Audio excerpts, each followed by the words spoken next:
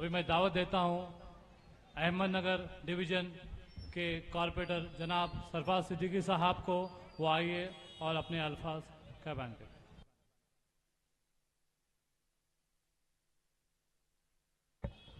और मैं दावत देता हूं बलवंत अन्ना और श्रीधर अन्ना, वो स्टेज पे आइए। अनिल भाई की खास तवज्जो है आपके ऊपर।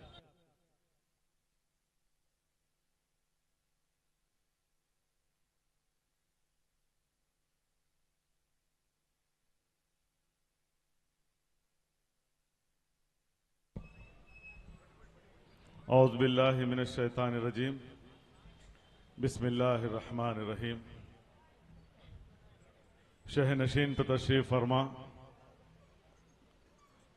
हल्क़े कारवान के मुअज़्ज़ज़ रुकन असम्बली आली जनाब कौसर मोहिउद्दीन साहब,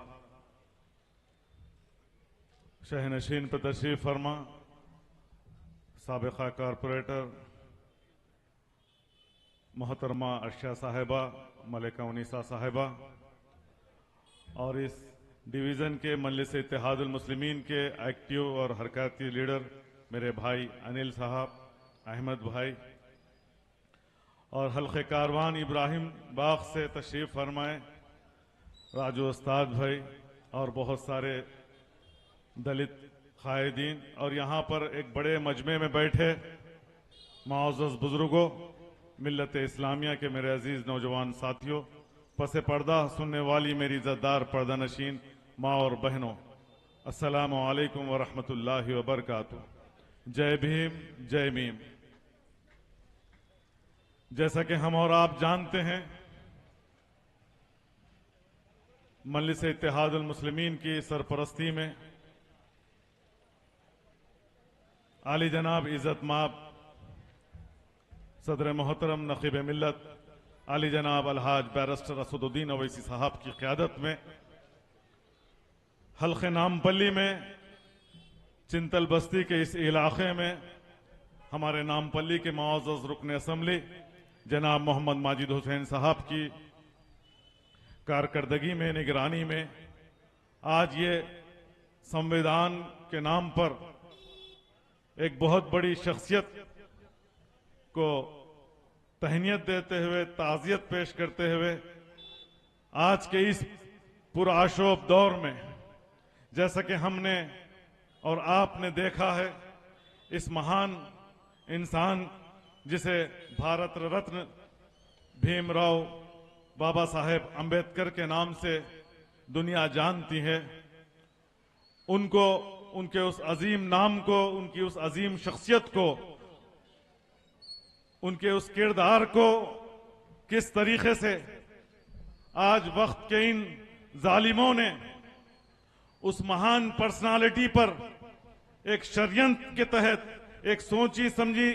साजिश के तहत सैकड़ों, हजारों, लाखों, करोड़ों दलित भाइयों के दिलों को तकलीफ देने का काम, करने का काम कर रहे हैं। न सिर्फ दलित भाइयों को तकलीफ दे रहे हैं, बल्कि इस मुल्क की सबसे बड़ी दूसरी अक्सरियत कहलाने वाली मुसलमान कौम को भी इसलिए तकलीफ दे रहे हैं कि जितना दलित भाई बाबा साहेब अंबेडकर को चाहते हैं, उससे कहीं ज्यादा हिंदुस्तान के मुसलमान इस अजीम शख्सियत को चाहते हैं। इनके वो कुर्बानियां, इनके वो कारनामे, जंग आजादी के वो कारनामे दुनिया ने देखे। जब मुल्क को आजादी मिली तो इतने बड़े अजीम मुल्क में एक अजीम जिम्मेदारी को सौंपना था, तो उस वक्त के बड़े बड़े कायदीन के नजरों में उनके नजरें जाकर अगर कहीं टिकती है तो भीमराव बाबा साहेब अंबेडकर है, जिन्होंने संविधान को बड़ी मुश्किलों से शबो रोज मेहनतों, मुशक्कतों के बाद एक अजीम आइन और दस्तूर को हिंदुस्तान के हिंदुस्तानियों को दिया। वो अजीम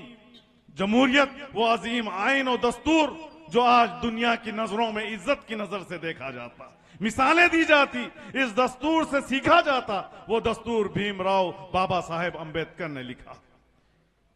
क्या ऐवान पार्लियामेंट में, हिंदुस्तान की सबसे बड़ी पंचायत में,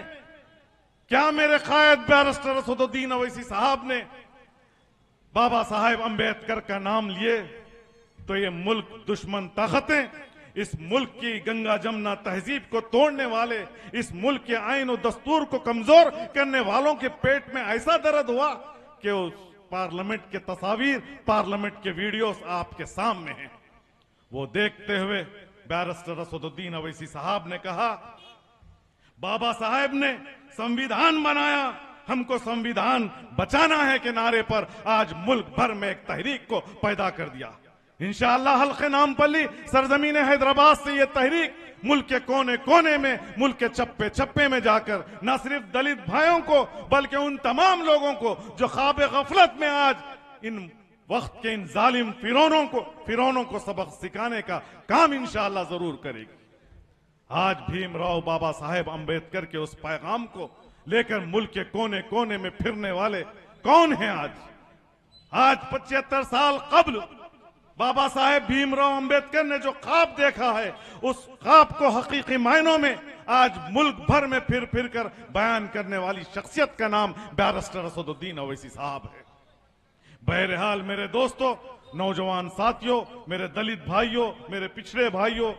मेरे बीसी भाइयों, तमाम लोगों को आज बैरिस्टर असदुद्दीन अवैसी साहब के साथ, उनके बढ़ते हुए कदमों के साथ कदम मिलाने की जरूरत है। उनकी उस उड़ती हुई आवाज के साथ आवाज मिलाकर इस मुल्क की जमहूरियत को, इस मुल्क के आइन को, इस मुल्क के दस्तूर को, इस मुल्क के हिंदू मुस्लिम भाईचारे को बचाने का काम जो बैरिस्टर असदुद्दीन अवैसी साहब कर रहे हैं, उस बैरिस्टर असदुद्दीन अवैसी साहब का साथ दिल से देने की जरूरत है। आज मैं इस बात को इस मंच से यकीनी के तौर पर कहना चाहता हूं कि भीमराव बाबा साहेब अंबेडकर की आत्मा भी बड़ी पुरसुकून होंगी कि एक तो कोई बैरिस्टर है, एक तो कोई मेरा चाहने वाला है जो मैंने ख्वाब देखे, उस ख्वाब को लेकर आज मुल्क के कोने कोने में जाकर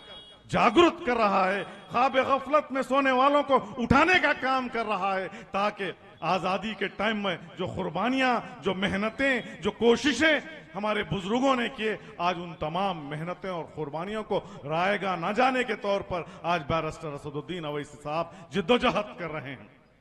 तो मेरे दोस्तों, मेरे नौजवान साथियों, मुल्क के हालात को देखते हुए,